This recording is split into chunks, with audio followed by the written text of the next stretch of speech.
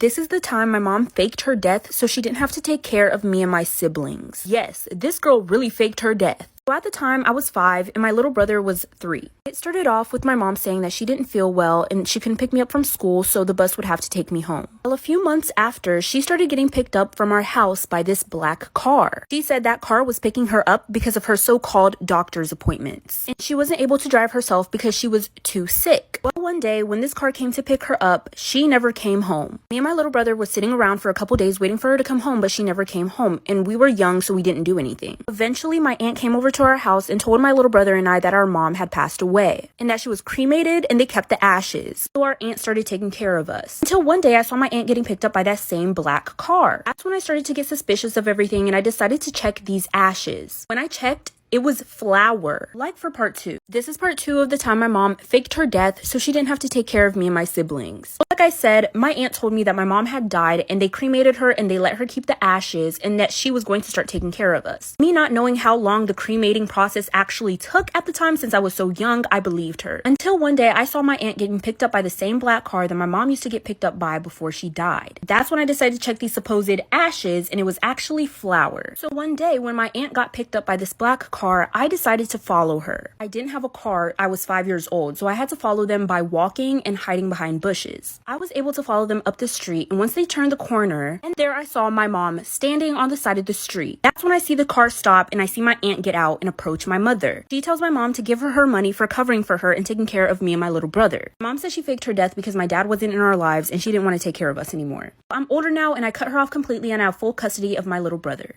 This is going to be a story time about how my whole school went on a manhunt for one student. Why was they looking for his ass? I'm gonna get into it. Let me clarify right now that I am a victim. I do not want nobody in the comments saying, why didn't you do this? Why did you do this? It could have been me. It could have been any of us. That's why I minded my business throughout this whole thing. So I got to school a little late that day, but when I got to my class, I could tell there was a little tension in the air. I didn't know what it was, whether it was a teacher having a problem with a student or a student having a problem with another student. I just knew that the energy was off. So I'm sitting down in class minding my business per usual. The next thing I see is my teacher try to grab this one boy's phone. He immediately snatches it off his desk before she can grab it. That's when they get into this little tug of war type of thing. But the next thing you know, everybody sees this boy mollywop the teacher in the stomach. She falls and he runs out the classroom. Some kids started laughing and thought it was funny until the teacher wasn't waking up. This is when things get bad, like for part 2.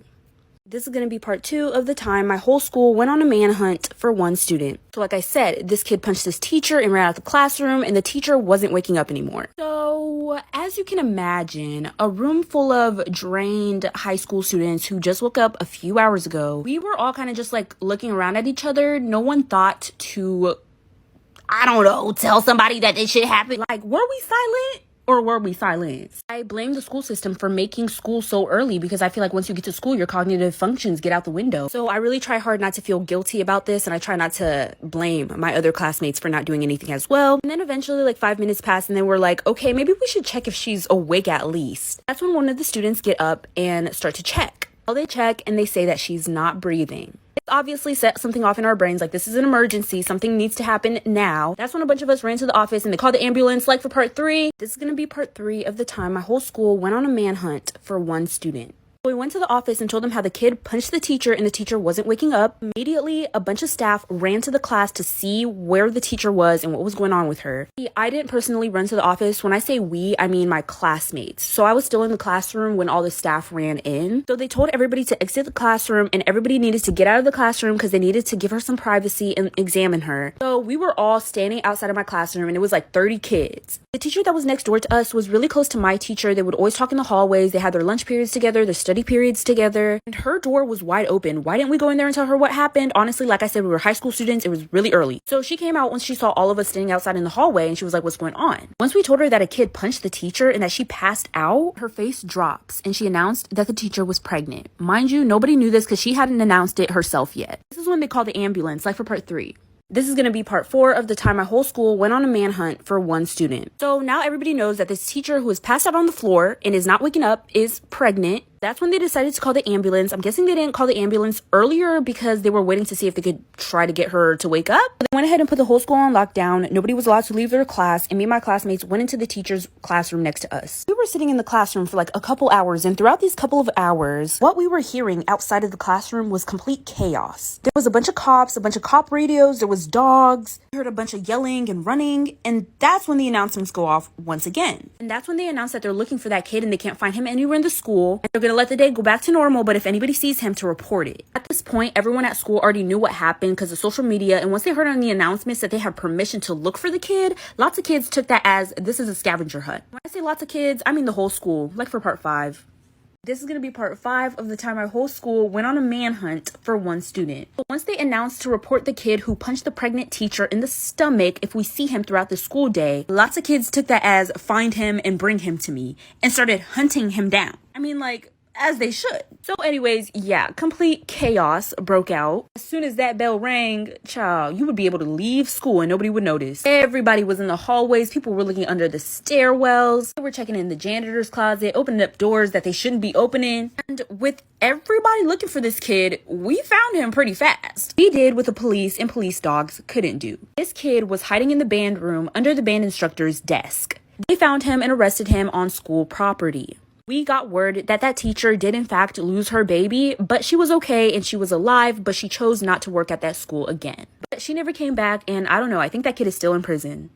This is gonna be a story time while I take my makeup off about how I was the crazy ex. So my boyfriend at the time, we were on and off, and he kicked me out and told me to pack my stuff and I had to be out that night. I definitely packed my stuff for sure, packed my stuff and moved it to a different closet in his house that he never opens. So I started sleeping in his car, but he kept finding me there every morning when he had to go to work. So I decided that I was going to continue sleeping in his car and I was going to wake up a little earlier before he had to go to work. And I knocked on his door and I told him that I needed to get some stuff that I forgot. I decided that I was going to take my sweet time up until the time he had to go to work so I could have the house all to myself. I slept in that house for multiple days without this man knowing. Is he ever going to find out?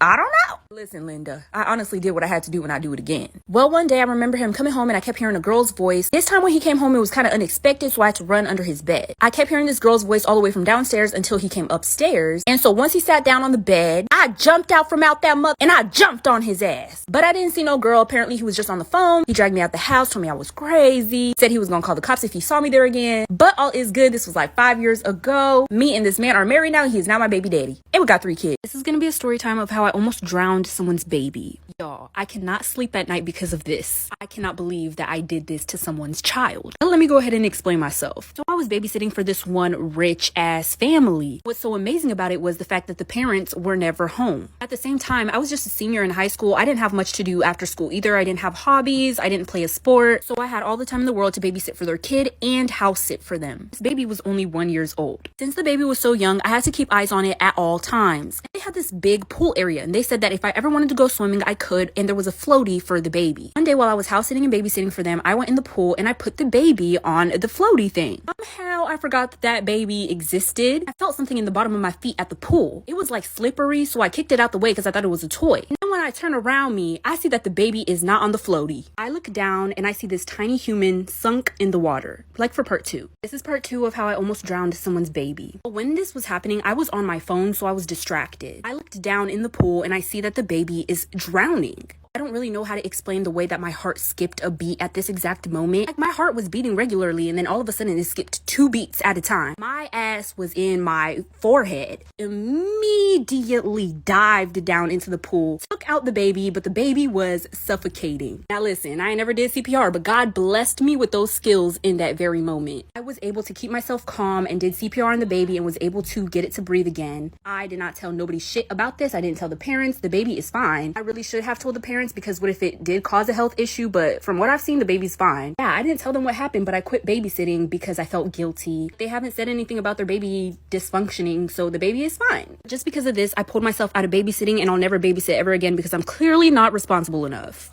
This is a story time about the time I dated the school shooter. This might be a long story, so please bear with me. Before you form any opinions on anyone in the story, please wait all the way until the end. Trust me, you're gonna want to listen to this story time. There was this boy who went to my school and he was really shy and he got bullied a lot. He got bullied a lot because he was a lot more feminine than other guys. And I'm just the type of person to give people the benefit of the doubt, so I went ahead and started talking to him more to see the type of person that he actually was. He didn't sit with anybody during lunch, so one day I went up to him and I sat down right next to him and I started talking to him. Immediately, I loved this boy, everything about him. He was extremely sweet and considerate and understanding, and I knew that if other people took the time to get to know him, they would like him too. So we exchanged numbers and we started to FaceTime a lot. As we started to FaceTime more, I started to notice things that were a little off about him. Every single conversation that we had, he would always have to bring up about how much he hated this one boy in his tech class and how he would shoot up the school just to get rid of him, like for part 2. This is part 2 about how I dated the school shooter. So let me backtrack a little bit from part 1. We exchanged numbers, we started to make plans to hang out outside of school, and we just started talking more outside of school, and eventually we started dating. He never really talked about this guy in his tech class until we started dating. Keep that in mind. For some reason, that guy in his tech class really bothered him. Like I said, he started talking about how he would shoot up the school just to get rid of this guy. At first, I thought it was just a joke and he was just saying that, until he kept saying it. He started being so serious about it and he started planning it out and exactly what he would do when he did it. That started to scare me, and so I decided that I was going to record one of these conversations, just in case. During that conversation, he said he planned to shoot up the school the next day. He said, in these exact words, "Fuck it, you know what? I'm just gonna do it tomorrow." Then he tells me to not come to school the next day. That's when I know that he was actually being serious. Immediately after, I started writing up an email to the school like for part 3. This is gonna be part 3 of the time I dated the school shooter. So his exact plan was to use this new gun that his dad had just recently bought, and his exact goal was to get rid of that guy in his tech class, and his tech class was in the beginning of the school day. So after I wrote that email to the school about his plan and inserted the recording that I secretly took of him admitting to it, I realized that I had sent that email at around 12:05 a.m. Most of the time, the teachers don't ever email you back unless the school day has already started. That morning, for some reason, everything in my gut was telling me I sent the email too late. They're not going to open it in time. They're not going to see it in time. My mom just thought that I was sick that day, so I told her that I was going to take a walk around the neighborhood. And I totally forgot to mention that he lived in my neighborhood. I told my mom I was going on a walk, but I was actually going to his house to tell his parents. By the time I got there, his mom told me that the dad is driving him to school. I told her his plan, let her listen to the recording. So she checked where the dad put the gun, and it was not there. She called the dad to tell him to check his bag. The dad said he had already dropped him off at school and he was halfway home. His tech class was first period, like for part 4. This is gonna be part 4 of the time I dated the school shooter. So let me do a little recap. So like I said, I ran to his house that morning to try to tell his parents his plan about shooting up the school, and I showed them the recording for proof. I was only able to tell the mom his plan because the dad had already taken him to school. She checked where this new gun he was planning on using was supposed to be and it wasn't there. Then when she called the dad to tell him to check their son's bag, the dad said 1, the gun should still be there because he hadn't touched it since he put it away,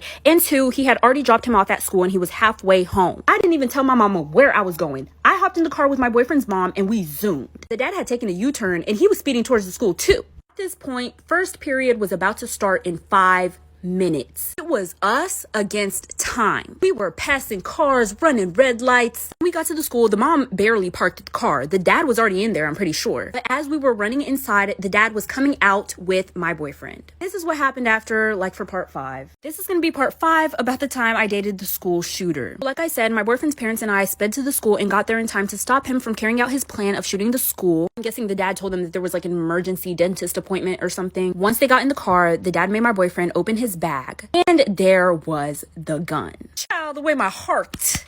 You hear that? That's how fast my heart was beating at the time. It was so hard to believe that he actually brought that gun to school, like he was actually going to carry out that plan. But from what I've seen, he was just so sweet and just does not seem like that type of guy at all. Mind you, his family was a very respected family in our neighborhood. They were super sweet, everybody loved them, they just knew that the son was antisocial. After all this happened, I did not tell anybody about this, like I'm a real bitch. I did not tell my best friends, I didn't tell my parents, I didn't tell nobody. Some time had passed and I hadn't talked to him, he wasn't coming to school, and I was actually blocked on all socials. Even his parents blocked me. Went to his house multiple times, knocked on the door, nobody answered. Eventually someone told me that they moved, but I still had some unfinished business, like for part 6. So this is gonna be me finishing the unfinished business. Like I said, him and his family moved. They didn't tell anybody anything. They just packed their stuff and they left. Everyone in the neighborhood was so confused. But I kept my mouth shut. Like I said, I'm a real bitch. I needed to find the answers as to why. Why did he want to get rid of that tech guy so bad? Well.